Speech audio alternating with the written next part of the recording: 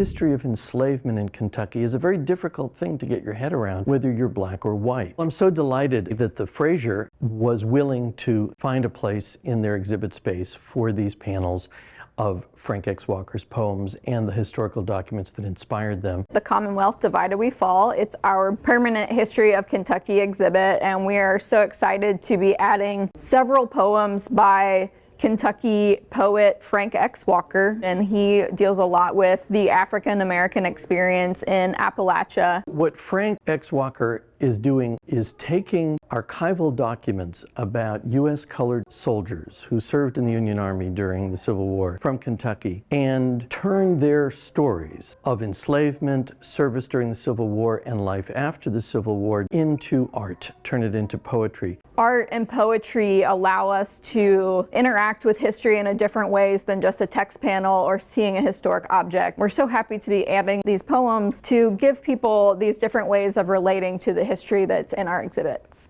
Learning about the lives of actual people, actual families who were enslaved in Kentucky is part of this story that has not really been told, that is now being told through these poems of Frank X. Walker in a very visceral, in a very personal way. Hopefully, people coming down to the Frazier and seeing this exhibit makes this history come alive in a way that just reading a chapter in a book just won't do.